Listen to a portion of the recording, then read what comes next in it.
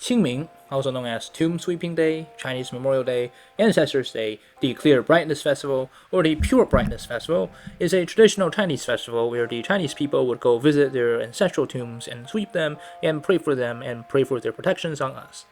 In modern China, the festival is for the most part a celebration and an excuse for people to relax and get outside and enjoy life, especially since the government made it a one-day off national holiday, much like the American Memorial Day.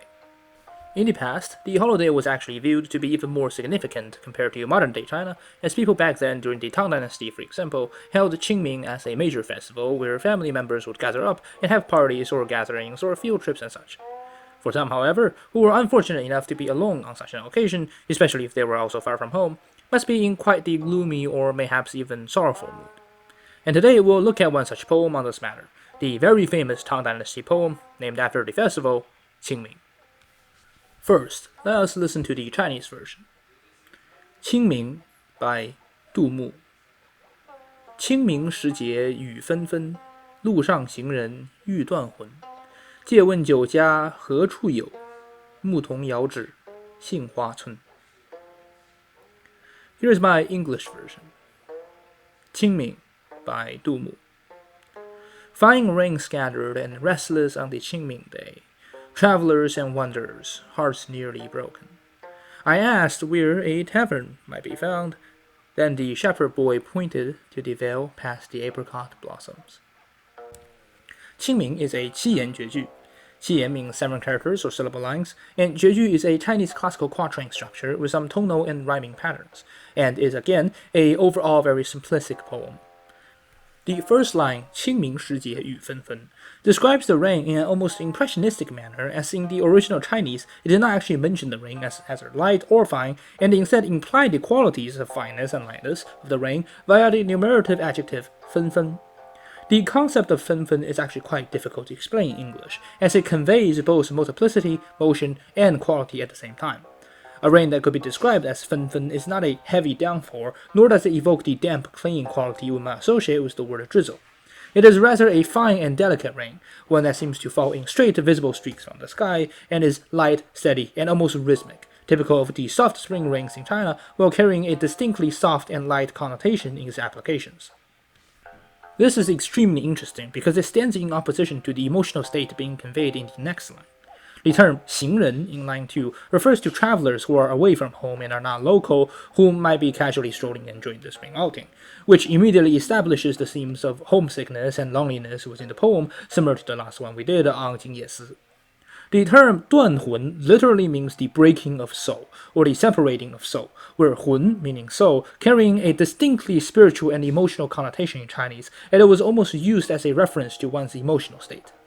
So 断魂, the breaking of one's emotional state, is as such an intense expression used to describe extreme longing in love, sorrow, melancholy, or hidden grief and resentment. The character yu is also interesting as it means both to want or to wish for in the verb tense, and also to mean something to be on the verge of.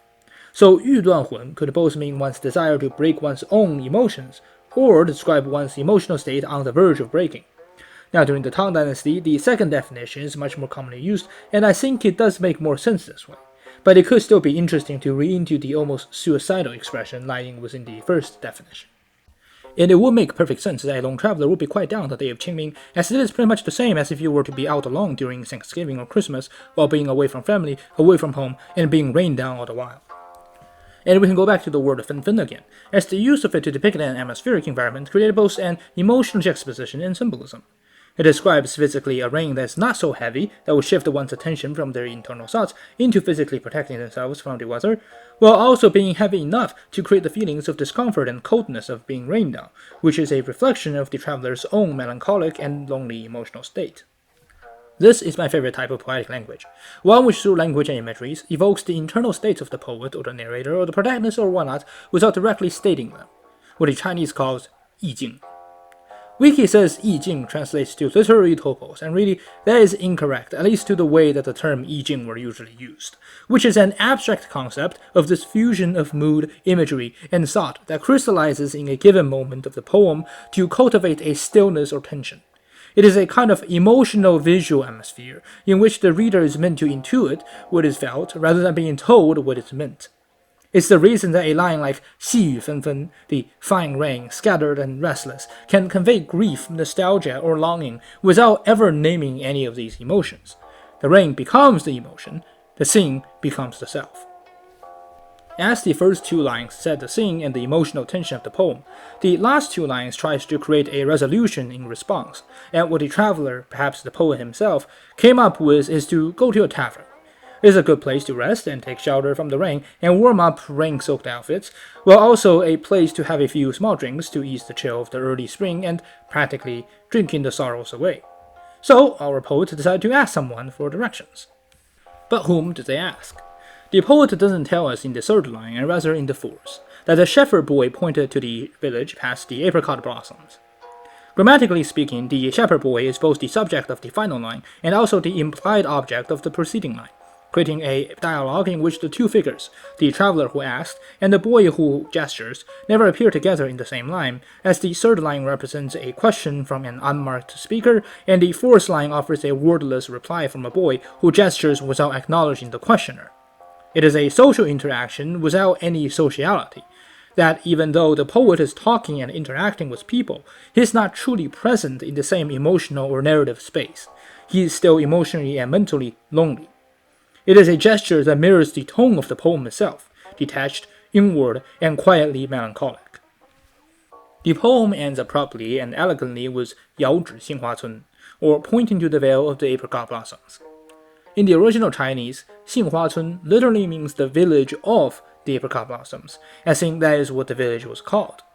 Personally, I think in most interpretations, or at least mental images of the poem, the picture being envisioned is a literal village surrounded by apricot blossoms or amongst the apricot blossoms, which is why I decided to describe it as the veil past the apricot blossoms, as it sounded more smooth and natural for me, while actually demonstrating what the imagery is in English. It kind of goes to show how concise the Chinese language is, and why it is so difficult to translate a poem from Chinese to English while preserving a poetic smoothness to the language. Either way, like I said, the poem ends very abruptly at this little gesture.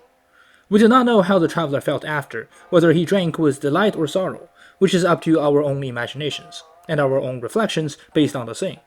It is almost inviting us into the poem and think of the moment of being in defiant scattered rain, walking along the streets during Qingming, and how one would feel in his stead. This is suggestiveness over completeness, immersion over narration, to bring the reader into the mental and physical space of the moment, rather than giving the reader a full image. This little poem contains not a single difficult word or character, nor does it rely on any classical allusions or metaphors. It is written in extremely plain and natural language, handled with ease and grace, and leaving no trace of artifice or forced construction. It is once again calling to what I talked about within the Qingming video, that sometimes simplicity is beauty in of itself.